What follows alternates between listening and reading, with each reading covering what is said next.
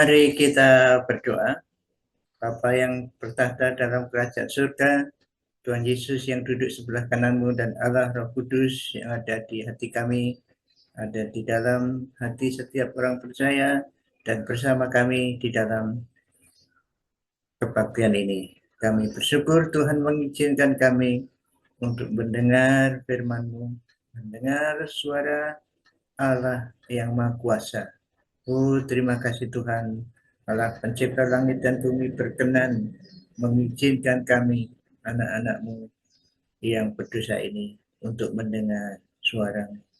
Oh Tuhan, ini suatu kehormatan yang luar biasa, karena hamba-hamba-Mu berkenan, untuk berkenan untuk kami mendengar suara-Mu. Berbicaralah kepada kami secara pribadi, sehingga kami tahu apa yang harus kami berbuat dalam hidup kami sehari-hari. Berkatilah yang menyampaikan, yang mendengar, bahkan yang akan mendengar dari kami, sehingga semuanya diberkati, nama-Mu dimuliakan, dan kami mendapat berkat yang luar biasa. Terima kasih dalam nama Tuhan Yesus. Amin. Bapak Ibu Saudara sekalian, khotbah saya pada saat ini diambil dari Yohanes 15 ayat 7 yang saya beri judul, maukah Anda menerima jawaban doa? Ya, maukah menerima jawaban doa? Itu dari Yohanes 15 ayat yang ke-7 yang berbunyi demikian. Jikalau kamu tinggal di dalam aku dan firman-Ku tinggal di dalam kamu, mintalah apa saja yang kamu kehendaki, dan kamu akan menerimanya. Luar biasa bukan janji ini, janji dari Tuhan ini.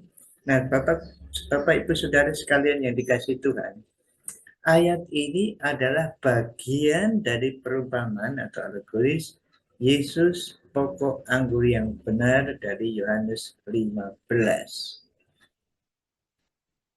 Dalam pengajarannya, Tuhan Yesus mengumpamakan dirinya sebagai pokok anggur yang benar. Ada kata-kata pokok anggur yang benar ya. Kalau biasanya orang Israel mengerti perumpamaan seperti ini, pokok anggur itu atau kebun anggur itu biasanya untuk Israel perumpamaan, dan Allah Bapa sebagai yang pemilik kebun anggur itu. Nah, di sini dikatakan pokok anggur yang benar, memang kontras dengan Israel ya. Bangsa Israel diumpamakan itu kebun anggur diharapkan menghasilkan buah yang manis, tetapi hasilnya buah yang masam. Itu Yesaya 5 ayat 2 ya. Tapi di sini Yesus mengatakan, akulah pokok anggur yang benar, bukan Israel sebagai kebun anggur yang menghasilkan masam. Dan murid-muridnya dalam hal ini disebut ranting-ranting. Yesus pokok anggur yang benar, Bapa pemeliharanya, melalui anak-anaknya, dalam arti murid-muridnya itu ranting-ranting. Namun demikian, ada dua macam ranting ya. Ranting yang berbuah dan ranting yang tidak berbuah. Sama-sama ranting Yesus, tetapi ada ranting yang berbuah dan ranting yang tidak berbuah. Murid-murid yang dimaksud dalam ayat ini pasal 15 ya.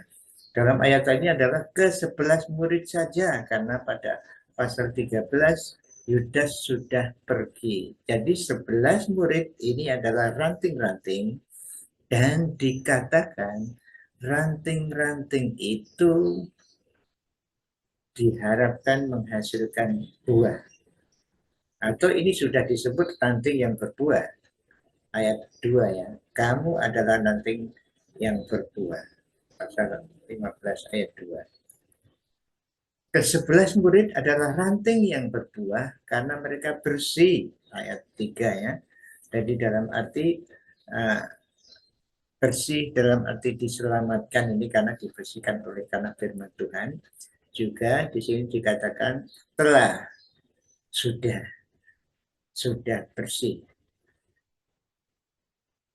Kalau kepada mereka ini, ke-11 murid yang sudah bersih, artinya orang yang sudah percaya, 11 murid, Yudas tidak dihitung, mereka adalah murid-murid yang berbuah, yang berpotensi menghasilkan buah. Kepada mereka pun masih ada peringatan, yaitu peringatan mengenai penghukuman, penghakiman, dan juga janji doa. Ada dua yang negatif positif. Negatifnya ada penghakiman, penghukuman, tapi positifnya doanya dijawab. Dan janji akan menerima jawaban doa menjadi kemuliaan bagi Bapa, sukacita, dan berdoa. Ini ayat 6. Jadi kalau Bapak Ibu Saudara di sini tinggal di dalam Dia, firmanku tinggal di dalam Dia, maka Bapak Ibu Saudara sekalian akan berbuah, doanya dijawab. Peringatan dan janji itu berlaku bagi kita juga yang percaya, bukan hanya ke-11 murid itu ya, tapi bagi kita yang percaya ada janji, tapi juga ada peringatan, juga ada jawaban doa. Ini ya. Barang siapa tinggal di dalam aku, ia dibuang keluar. Maaf, barang siapa tidak tinggal di dalam aku, ia dibuang keluar seperti ranting dan menjadi kering, kemudian dikumpulkan dan dicampakkan ke dalam api, lalu dibakar. Jadi saudara-saudara dan saya diperingatkan supaya jangan mengalami penghakiman itu. Penghakimannya apa? Penghakimannya ini ya, tidak tinggal di dalam aku, gitu syaratnya, kemudian dibuang keluar, ranting-ranting itu dibakar di dalam api, dicampakkan ke dalam api, dibakar. Nah, apa artinya ini? Peringatan ini padahal ditujukan kepada barang siapa, tapi jelas sekali barang siapa di antara ke-11 murid itu. Ke-11 murid itu padahal ranting yang berbuah atau ranting yang mempunyai potensi berbuah masih ada peringatan kalau tidak tinggal di dalam dia. Barang siapa di antara 11 itu tidak tinggal di dalam dia, maka ada penghakiman tadi, ada penghukuman. Ke-11 rasul adalah ranting yang berbuah bersama dengan Tuhan Yesus, bersatu dengan Tuhan Yesus, ayat 3, bersama dengan Tuhan Yesus 3 tahunan ya, sudah berpengalaman dan sudah pelayanan, punya kedudukan sebagai rasul yang luar biasa ini, tetapi masih diingatkan, barang siapa tidak tinggal di dalam aku, barang siapa, ya, barang siapa di antara 11 murid itu. Mereka telah bersih berdasarkan pasal 13 ayat 10, bersih tak perlu cuci kaki. Itu simbolis ya, bersih berarti selamat dan artinya dosanya sudah diampuni. Yang diperlukan adalah merefleksikan pengampunan dengan saling mengampuni. Itu cuci kaki itu ya. Kalau sudah mandi tidak perlu cuci kaki, kata Tuhan Yesus dalam pasal 13 ya, karena Petrus maunya dimandiin ya. Tidak usah, kamu sudah bersih. Nah ini simbolis ya, bukan kamu sudah mandi. Nah kalau begitu ada satu yang tidak mandi, yaitu Yudas. Kalau literal seperti itu, pasti bukan literal ini ya. Kamu sudah selamat dan kamu harus saling menyelamatkan satu dengan yang lainnya, dalam arti menyucikan satu dengan lain, saling membuka, saling mencuci kaki. Namun punya potensi tak berbuah, dibuang keluar. Artinya, walaupun 11 murid ini luar biasa, sudah selamat, tapi ada potensi tidak berbuah, dibuang keluar. Nah, tidak tinggal di dalam aku artinya apa ini? Kata tinggal merupakan kata kunci dalam pengajaran Yohanes, muncul 40 kali, 39 bahasa Indonesianya. Dalam Injil Yohanes dan 27 kali dalam Injil Yohanes dan 27 kali dalam surat-surat Yohanes. Jadi 11 kali dalam pasal ini.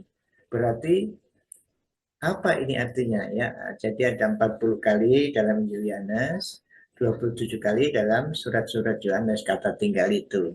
Nah, apa artinya dalam pasal ini khususnya dalam ayat ini nanti? Pertama, arti tinggal itu ya Tuhan percaya kepada Tuhan Yesus, menerima Tuhan Yesus sebagai Tuhan dan Juru Selamat. Itu pasal 6 ayat 54 dan 56. Pengajaran Yesus setelah memberi makan 5.000 orang itu ada berkata seperti itu. Yang kedua, terus memelihara iman percaya. Itu pasal 8, 31, artinya memegang atau tinggal 1 Yohanes 2, 19, 24. Ya, itu artinya tinggal itu terus memegang, terus percaya, memelihara iman. Yang ketiga berarti percaya dan taat. Perumpamaan ini sedang membicarakan bagaimana berbuah, bukan membicarakan keselamatan. Jadi 11 murid sudah selamat kan? Tapi diingatkan. Jadi pasti bukan yang pertama artinya menerima Tuhan Yesus sebagai juru selamat karena sudah ya. Jadi arti tinggal di dalam aku itu maksudnya ya dua di antara ini ya, ketiga percaya dan taat atau memelihara iman percaya. Perumpamaan ini sedang membicarakan mengenai buah. Jadi kalau tidak tetap dan taat, percaya dan taat, percayanya sudah taat, memelihara iman juga bisa, itu tidak berbuat dan tidak mendapatkan jawaban doa. Bagaimana berbuah bukan membicarakan keselamatan. Bukan membicarakan iman tetapi membicarakan ketaatan. Jadi ayat pasal 15 ini sedang membicarakan ketaatan, bukan iman. Sudah beriman nak ya ayat 3 tadi ya dikatakan sudah bersih. Jadi yang dibicarakan adalah ketaatan atau memelihara iman percaya. Seperti itu. Jadi tinggal di dalam dia artinya taat. Tapi sudah percaya dulu. Taat atau memelihara iman percaya bisa dimengerti juga. Dibuang keluar seperti ranting dan menjadi kering, kemudian dikumpulkan orang dan dicampakkan ke dalam api lalu dibakar. Jadi kalau tidak tinggal, itu mendapat hukuman seperti ini. Dibuang keluar, tidak di dalam dia, tidak taat, tidak dalam persekutuan di dalam dia. Tapi dia sudah satu ya, sudah disatukan, sudah selamat. Tapi tidak mempunyai hubungan yang intim dengan Tuhan, mungkin gampang seperti itu. Jadi ini membicarakan tinggal itu artinya punya hubungan intim dengan Tuhan. Tadi yang memelihara iman dan juga taat itu. Jadi memelihara keintiman dengan Tuhan. Kalau tidak melakukan atau mengalami atau melakukan hubungan pribadi dengan Tuhan secara intim, maka akan dibuang keluar. Nah, apa ini artinya ini? Yang pertama dihakimi, masuk neraka. Nah, pasti bukan ini ya. Karena murid-murid 11 murid itu orang yang sudah percaya, sudah bersih, itu dikatakan.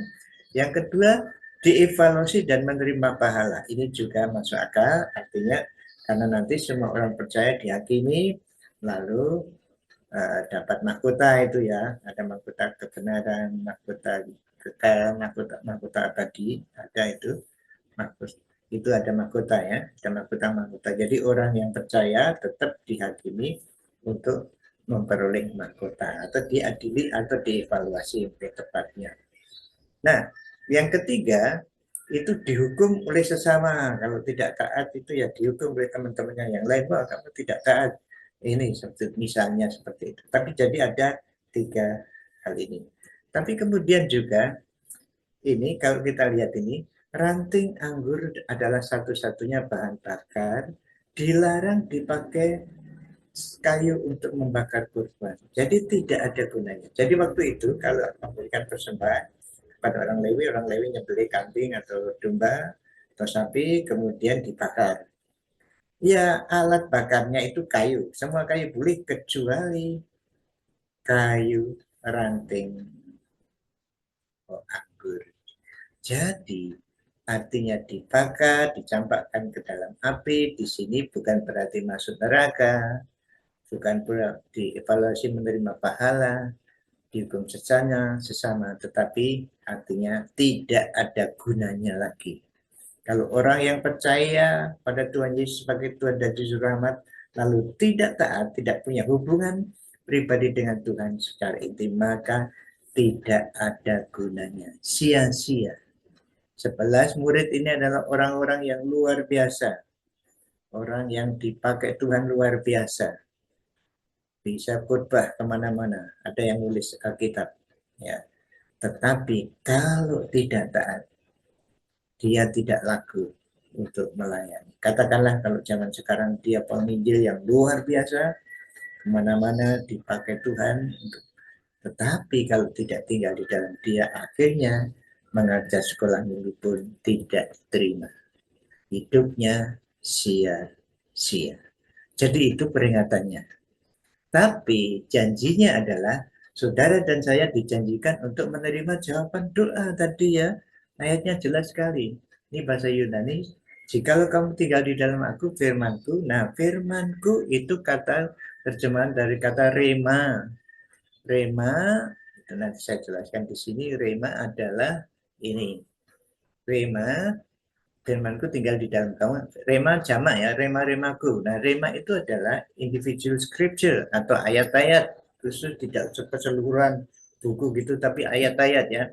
Ayat-ayat yang dipakai Roh Kudus untuk mengingatkan kita menggunakan ayat itu pada waktu yang diperlukan. Caranya gimana? Dimulai dengan me, store itu mah kalau di komputer kita di save ya, dimasukkan ke dalam gudang gudang itu disimpan dalam pikiran kita.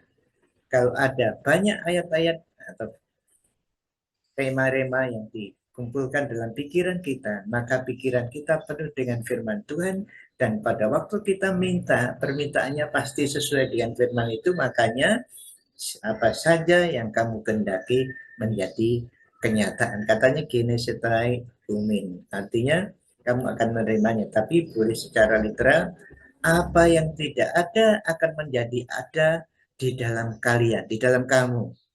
Tapi syaratnya apa tadi? Banyak ayat-ayat dalam pikiran kita. Kalau pikiran kita penuh dengan ayat firman Tuhan, kita minta apa saja pasti terjadi, karena yang kita minta adalah sesuai dengan firman yang kita miliki dalam pikiran kita. Bapak Ibu Saudara sekalian, saya selalu mengingatkan ada satu peristiwa yang nyata ini. Kalau teman saya sudah almarhum sekarang itu adalah penginjil. Jadi banyak ayat-ayat firman Tuhan di dalam pikirannya, banyak belajar firman Tuhan dalam pikirannya. Suatu hari dia sakit di rumah sakit.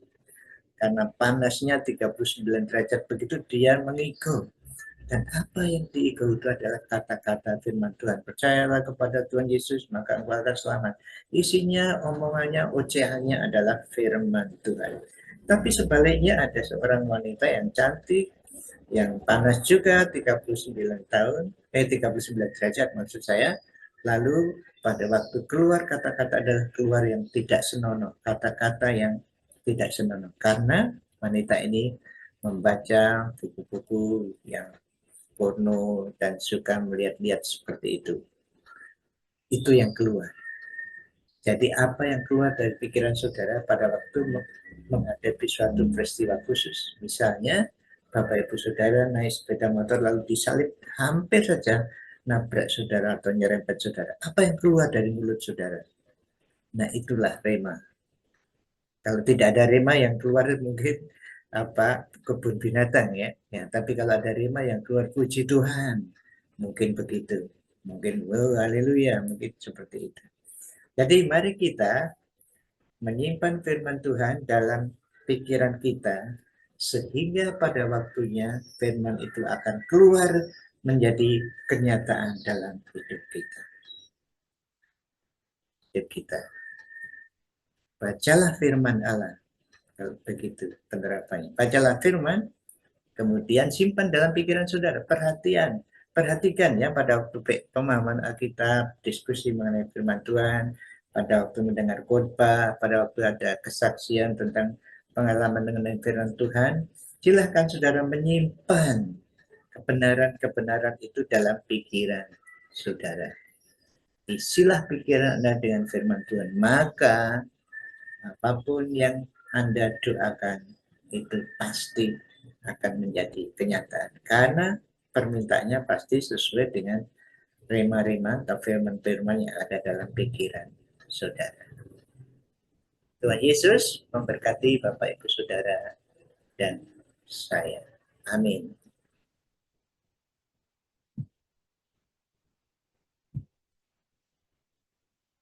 Mari kita berdoa, mengucap syukur kepada Allah karena firman-Nya yang jelas bagi Bapak, Ibu, Saudara, dan saya. Bapak, terima kasih atas firman-Mu yang sederhana dan jelas, nyata. Tolong kami bisa menyimpan di dalam pikiran kami ayat-ayat atau kebenaran-kebenaran firman-Mu sehingga pada waktu kami menghadapi masalah, ayat-ayat kebenaran-kebenaran itu keluar untuk mengatasinya. Terima kasih ya Tuhan. Tolonglah kami ya Roh Kudus bisa melakukan apa yang kami dengar pada saat ini. Terima kasih dalam nama Tuhan Yesus. Amin. Selamat hari Minggu Bapak Ibu Saudara sekalian. Tuhan Yesus memberkati Bapak Ibu Saudara dan saya. Amin.